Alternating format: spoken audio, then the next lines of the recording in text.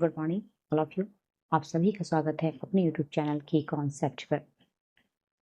आइए आज फिर हम आ गए हैं एक नए वीडियो के साथ आप सभी के लिए।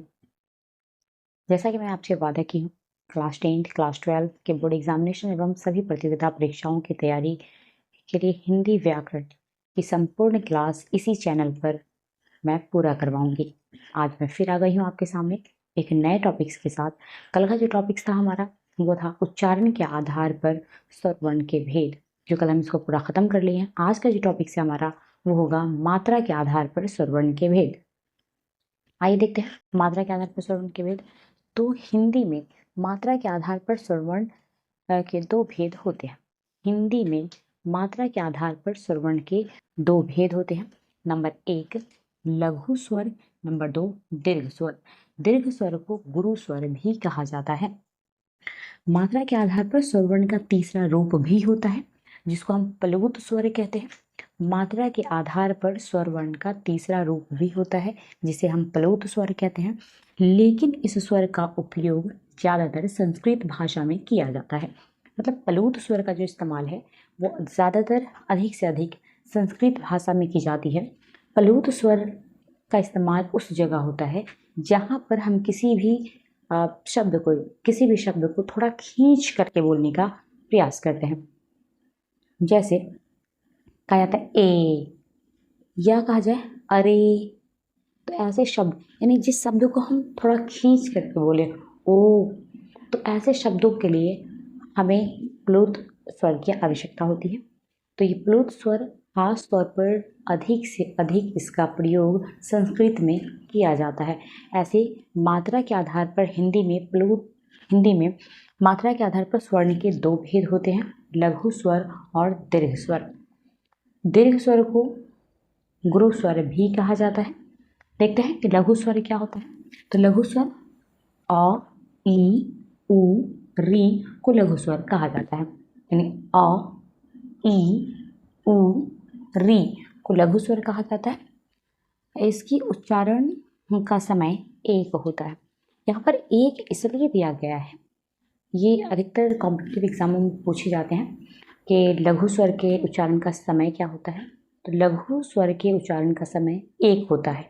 एक इसलिए कहा जाता है क्योंकि लघु स्वर को एक पलक झपकने जितना समय यानी एक पलक झपकने में लगता है उतने समय में एक स्वर को बोला जा सकता है। इसीलिए लघु स्वर को उच्चारण का जो लघु स्वरों में जो उच्चारण का समय होता है वो केवल एक होगा। अब है दीर्घ स्वर। दीर्घ स्वर या गुरु स्वर। तो आ, ई, उ, ए, उ, औ को दीर्घ स्वर या गुरु स्वर कहा जाता है। इसके उच्चारण का समय दो होता है। यानी दो वर्णों को बोलने में जो समय लगता है वह समय दीर्घ स्वर को बोलने में लगता है।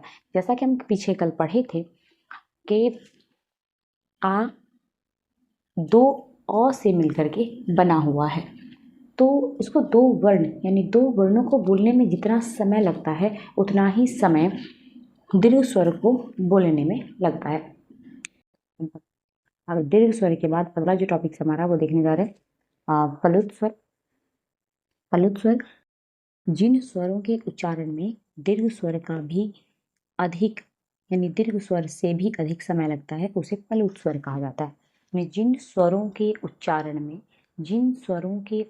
में दीर्घ स्वर से अधिक समय लगता है उसे हम प्लुत स्वर कहेंगे। प्रायः इसका प्रयोग किसी को दूर से बुलाने में किया जाता है। जब हमें किसी व्यक्ति को दूर से बुलाना होता है तब हम प्लुत स्वर का इस्तेमाल करते हैं। हिंदी में साधारणतः प्लुत स्वर का प्रयोग नहीं किया जाता है। प्लुत स्वर को त्रिमात्रिक स्वर भी कहा जाता है। ये बात याद रखने वाली है कि प्लुत स्वर को त्रिमात्रिक स्वर, यहाँ लिखते हैं मैं अंडरलाइन कर देती हूँ, प्लुत स्वर को त्रिमात्रिक स्वर भी कहा जाता है। इसका प्रयोग वैदिक भाषा में किसमें, तो वैदिक भाषा में अधिक हुआ है। दो तीन बातें प्लुत स्वर की याद करनी जरूरी है, ध्यान में रखना जरूरी है।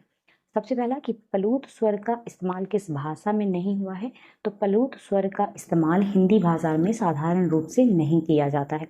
दूसरी चीज़ कि प्लूत स्वर का इस्तेमाल यानी प्लूत स्वर का प्रयोग संस्कृत भाषा में की जाती है। सबसे अधिक किस भाषा में हुई है, तो प्लूत स्वर का उपयोग सबसे अधिक वैदिक भाषा में हुआ है। यह नोट है, नोट में भी कुछ लिखा हुआ है। लघु स्वर को एक मात्रिक स्वर तथा दीर्घ स्वर या गुरु स्वर को द्विमात्रिक स्वर कहा जाता है।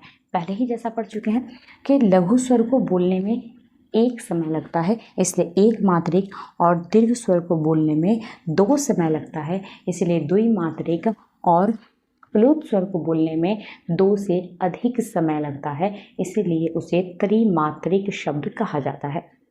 आज के लिए इतना ही। कल मिलते हैं एक नए टॉपिक के साथ। कल का टॉपिक आज मैं आप लोगों के सामने लिख दी हूँ।